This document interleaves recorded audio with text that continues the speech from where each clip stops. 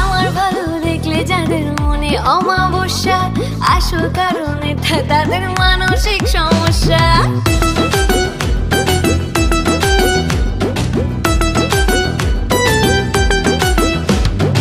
আমার ভালো দেখলে যাদের মনে অমাবস্যা, আসল কারণ এটা তাদের মানসিক সমস্যা।